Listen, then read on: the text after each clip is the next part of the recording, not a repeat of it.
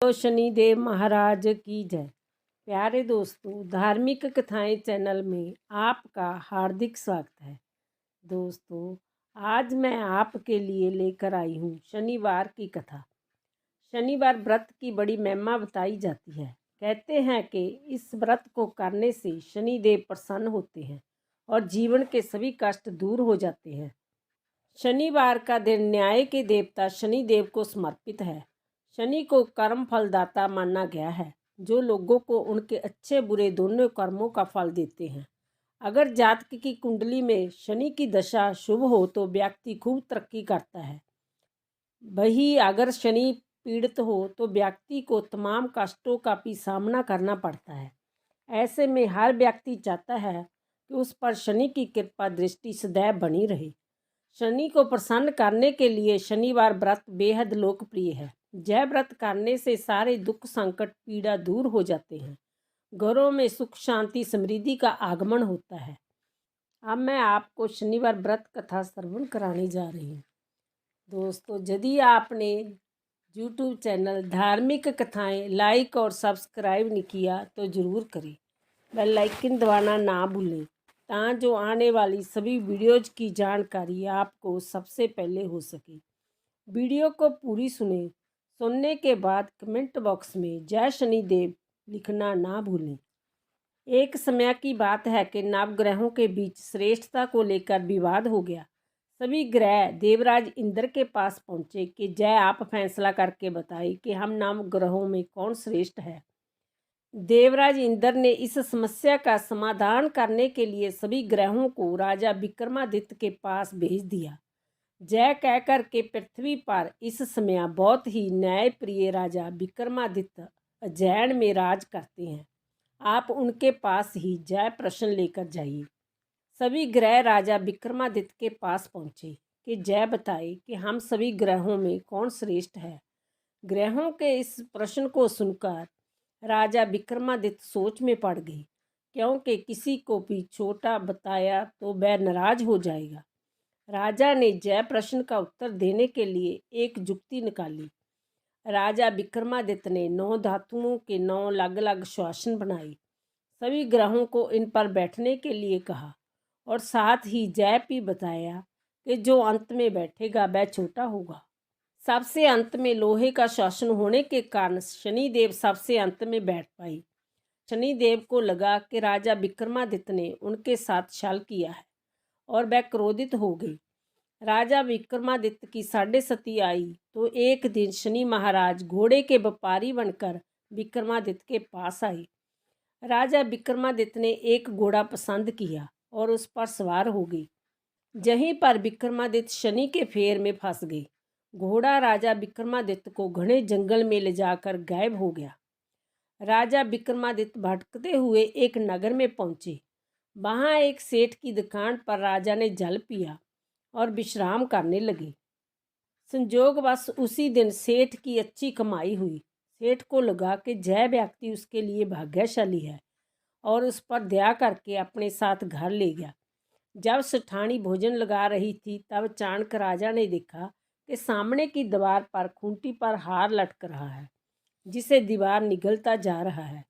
सेठ को लगा कि खूंटी पर लटकता हार इसे अपराजित ने चुराया है, तो उससे हार के बारे में पूछने लगा। राजा विक्रमादित्य ने अपनी असली परिचय छुपा लिया था और खुद को बीका नाम का उज्जैन निवासी बताया था।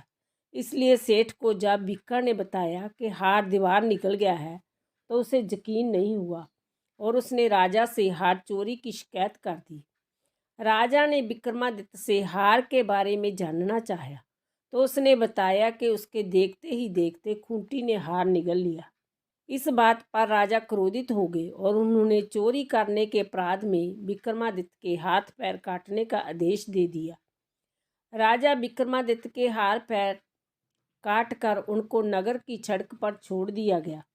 कुछ दिन बाद एक तेली उसे उठाकर अपने घर ले गया और उसे अपने कोल्लू पर बैठा दिया। राजा आवाज़ देकर बैलों को हाँकता रहता। इस तरह तेली का बैल चलता रहा और राजा को भोजन मिलता रहा। शनि के प्रकोप की 7.5 पूरी होने पर वर्षा ऋतु आरंभ हुई। राजा विक्रमादित्य एक रात मेघ मल्हार गा रहे थे कि तभी नगर के राजा की लड़की राजकुमारी मोनी रथ पर सवार उस तेली के घर के पास से गुजर रही थी। उसने मेघ मल्हार राग सुना तो वह मोहित हो गई। राजकुमारी ने दासी को भेजकर गाने वाले को बुला लाने के लिए कहा। दासी ने लौटकर राजकुमारी को अपंग राजा के बारे में सब कुछ विस्तार से बता दिया। राजकुमारी अपाहिज राजा से इस तरह प्रभावित हुई थी कि उसने मन ही मन जय निश्चय कर लिया कि वह अपाहिज राजा से ही विवाह करेगी। राजकुमारी ने अपने माता पिता से जब यह बात बताई तो वह सभी यह बात जानकर हैरान रह गए। रानी ने मोनी को समझाया, बेटी तुम्हारे भाग्य में तो किसी राजा की रानी होना लिखा है, ऐसे में तुम उस अपाहिज से विवाह करके अपने पाप पर कुल्हाड़ी क्यों मार रही हैं। राजकुमारी तो मन में ठान चुकी थी, अपनी जिद नहीं छोड़ी। अपनी जिद पूरी करने के लिए उसने भोजन करना छोड़ दिया और प्राण त्याग देने का निश्चय कर लिया। आखिर राजा रानी को विवश होकर अपंग विक्रमादित्य से राजकुमारी का विवाह करवाना पड़ा। विवाह के बाद राजा विक्रमादित्य और राजकुमारी तेली के घर में रहने लगे। उसी रात सपने में शनिदेव ने राजा से कहा, राजा तुमने मेरा प्रकोप देख लिया, मैंने तुम्हें अपने अपमान का दंड दिया है।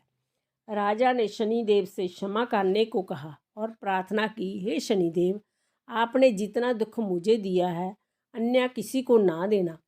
शनिदेव ने कुछ सोचकर कहा, राजा मैं तुम्हारी प्रार्थना स्वीकार करता हूँ। जो कोई स्त्री पुरुष मेरी पूजा करेगा, शनिवार को व्रत करके मेरी व्रत कथा सुनेगा, उस पर हमेशा मेरी अनुकंपा बनी रहेगी।